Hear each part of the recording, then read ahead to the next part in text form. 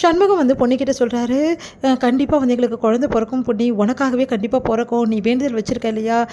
நான் வந்து எப்படியாவது வந்து உஷா வந்து சாப்பிட வைக்கிறேன். உன் வேண்டுதலுக்காக எங்களுக்கு எவ்வளோ தூரம் கஷ்டப்படுற, எங்களுக்கு ஒரு குழந்தை பிறக்குதுன்னா அதுக்கு காரணம் நீ தான் பொன்னி அப்படின்னு சொல்லிட்டு நன்றி சொல்கிறாரு.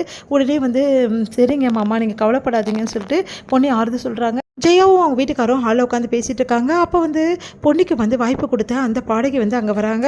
அவங்க வந்து இந்த மாதிரி கோயிலில் வந்து மறுபடியும் வந்து பாடுறதுக்காக வாய்ப்பு வந்திருக்கு பொன்னிக்கு. அவங்களுக்கு போன வாட்டி 500 கொடுத்தேன், இந்த வாட்டி 1000 ருபீஸ் கொடுத்துட்றேன், கண்டிப்பாக வந்து 1000 ரூபாய் நான் வாங்கி கொடுத்துட்றேங்க, அதனால் பொன்னியை பாட அனுப்புங்க அப்படின்னு சொல்லிட்டு போயிடுறாங்க. அதை கேட்ட ஜெயா செமையாக டென்ஷனாங்க. அந்த 1000 ரூபாய் வாங்கி தான் இந்த வீட்டில் எல்லாம் நடக்கணுமா? அதெல்லாம் ஒன்றும் போக வேண்டிய அவசியம் கிடையாது அப்படின்னு சொல்லிட்டு சொல்லிடுறாங்க. உடனே வந்து பொன்னி வந்து மனசு கஷ்டப்படுறாங்க. பாடினா நல்லாயிருக்கும்னு நினைக்கிறாங்க. பொன்னி வந்து மனசு கஷ்டத்தோடு உட்காந்துருக்காங்க. அப்போ வந்து சக்தி வந்து என்ன பொன்னி ஏன் ஒரு மாதிரி இருக்கா அப்படின்னு சொல்லிட்டு கேட்குறாரு. ஒன்றும் இல்லை அப்படின்றாங்க.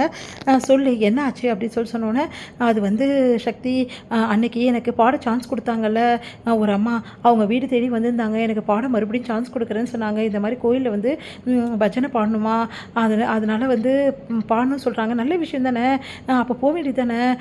அது மட்டும் கிடையாது, 500 ரூபான்றது 1000 ரூபாய் வாங்கி தரேன்னு சொன்னாங்க. சரி நல்ல விஷயம், நீ போ, உனக்கு காசுக்காக பார்க்காத, மனசு நிம்மதி ரொம்ப முக்கியம் இல்லையா, அதுக்காக போய் தானே ஆகணும், காசாக முக்கியம் அப்படி சொல்கிறாங்க. கரெக்ட் தான் சக்தி, ஆனால் அத்தைக்கு விருப்பம் இல்லையே இதில், அவங்க வந்து வேணான்னு சொல்லிட்டாங்க, 1000 ரூபாய் வந்து இங்கே ஒன்றும் ஆக போகிறதுன்னு சொல்லிட்டாங்க, நீ கவலைப்படாத, உனக்கு பாடணும்னு ஆசையாக இருக்கா அப்படி சொல்லிட்டு. ஆமா சக்தி அப்படின்னோடனே, கண்டிப்பாக நீ பாடுற, அதுக்கு நான் பொறுப்பு, அத்தை ஏதாவது சொல்லுவாங்களா, அதை நான் பார்த்துக்கிறேன் அப்படி சொல்லிட்டு சக்தி சொல்கிறாரு. நிஜமாக சக்தி அப்படின்றாங்க. ஆமான்றாரு. அடுத்த நாள் வந்து பொன்னி வந்து கிளம்பிட்டு இருக்காங்க. எங்கே போகிற அப்படி சொல்லிட்டு எல்லாருமே வந்து கேட்குறாங்க. அப்போ பொன்னி வந்து இந்த மாதிரி பாட கூப்பிட்ருக்காங்க, அங்கே போகிறேன் அப்படி சொன்னோன்னே எல்லாருமே அழிச்சு அடைகிறாங்க. உடனே ஜெயா வந்து நான் தான் போகக்கூடாதுன்னு சொன்னேன்ல, எதுக்காக போகிறேன் அப்படி சொல்லிட்டு சமைய திட்டுறாங்க. உடனே வந்து அந்த டைமில் சக்தி வராரு. ஏன் போகக்கூடாது சொல்கிறீங்கம்மா அப்படி சொன்னோன்னே, 1000 ரூபாய் வாங்கி என்ன பண்ணுறது, இந்த 1000 ரூபாய்க்காக இவ்வளோ நான் அனுப்பணுமா, அதெல்லாம் ஒன்றும் தேவையில்லை, இந்த குடும்ப மானத்தை எடுக்கிறதுக்கு இப்படி பண்ணிட்டு இருக்கா அப்படி சொல்லி திட்டுறாங்க. அதெல்லாம் ஒன்றும் இல்லைம்மா, அவள் மன திருப்திக்காக அவள் பாடுறா, பொன்னி நீ போய் பாடு, உன் மன திருப்தி ரொம்ப ரொம்ப முக்கியம், அவள் வந்து காசுக்காக வந்து யோசிக்கல, அவளுக்கு வந்து இந்த மாதிரி பாடினா தான் அவளுக்கு வந்து அந்த பயம் போகும். ஸ்டேஜ் ஃபியர் பொண்ணுக்கு நிறைய இருக்குது, ஆனால் அது இப்போ வந்து இல்லை நான் நம்புகிறேன், ஆனால் அதை வந்து நிரூபிக்கிறதுக்கு பொண்ணுக்கு வந்து இதெல்லாம் ஒரு வாய்ப்பு, கூடிய சீக்கிரம் பொண்ணி வந்து நல்ல மேடையில் பாட ஆரம்பிச்சிடுவா, இப்படியே பாடி இருந்தால்னா, அதனால் அதுக்கு அவளுக்கு வந்து ஊக்கமாக இது இருக்கும் அப்படின்னு சொல்லிட்டு சொல்கிறாரு. அதெல்லாம் ஒன்றும் தேவையில்லை, அங்கெல்லாம் பாடி ஒன்றும் வந்து இவளுக்கு எல்லாம் வந்துடாது அப்படி சொல்கிறாங்க. இங்கே பாருங்கம்மா, நாங்கள் சொல்கிறத கேளுங்க அப்படி சொன்னால் உடனே வந்து அவங்க அப்பாவும் சப்போர்ட் பண்ணுறாரு. இங்கே பாரு ஜெயா, அவன் தான் அவ்வளோ சொல்கிறான்ல, பாடட்டும் அப்படின்னோடனே அப்படியே வந்து பார்த்து முறைக்கிறாங்க. இங்கே பாரு பொன்னி நீ போய் பாடு அப்படி சொல்லிடுறாரு நம்ம வந்து சக்தி. அதை கேட்டு வந்து ஜெயா செமையாக டென்ஷன் ஆகிடுறாங்க.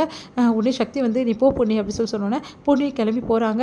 அப்போது என் சொல்லுக்கு இந்த வீட்டுக்கு மதிப்பே கிடையாதா, வர இந்த வீட்டில் என்ன நடக்குதுன்னு தெரியல, நான் சொன்னால் யாரும் எதுவும் கேட்கறதில்ல அப்படின்னு சொல்லிட்டு ஜெயா வந்து கோவப்பட்டு போகிறாங்க. அத்தையே வந்து இந்த சக்தி வந்து எதிர்த்து பேசுகிறாரு, இதெல்லாம் நல்லாவா இருக்குது அப்படி சொல்லிட்டு உஷா சொல்கிறாங்க. உடனே வந்து உஷா நீ அமைதியாக இருக்கியா அப்படி சொல்லிட்டு சண்முகம் வந்து அவங்கள அடக்க பார்க்குறாரு. என்னையே சொல்லுங்கள், இந்த வீட்டில் அத்தை சொல்லுக்கு மரியாதையே இல்லாமல் போச்சு அப்படின்னு சொல்லிட்டு உஷா வந்து மேலும் வந்து பேசிகிட்டு இருக்காங்க. சக்தி வந்து என்ன பண்ணுறாரு, கிளம்புறாரு. அப்போ வந்து பிரீத்தி வந்து ஆஃபீஸில் நிறைய வந்து வேலை இருக்குது, அதே டைமில் மீட்டிங்லாம் இருக்குது, எங்கே சக்தி போகிறீங்க அப்படின்னு சொல்லிட்டு கேட்குறாங்க. அதுக்கு வந்து இந்த மாதிரி பொன்னி வந்து கோயிலில் பாட போகிறா, அதை பார்க்க தான் நான் போகிறேன் அப்படின்னோடனே, சக்தி மீட்டிங்லாம் இருக்குது, அதெல்லாம் அப்புறம் பார்த்துக்கலாம், எனக்கு தேவை பொன்னி வந்து பாடுறதை பார்க்கணும் அப்படின்னு சொல்லிட்டு கிளம்புறாரு. இதனால் பிரீத்தி டென்ஷன் ஆகிடுறாங்க.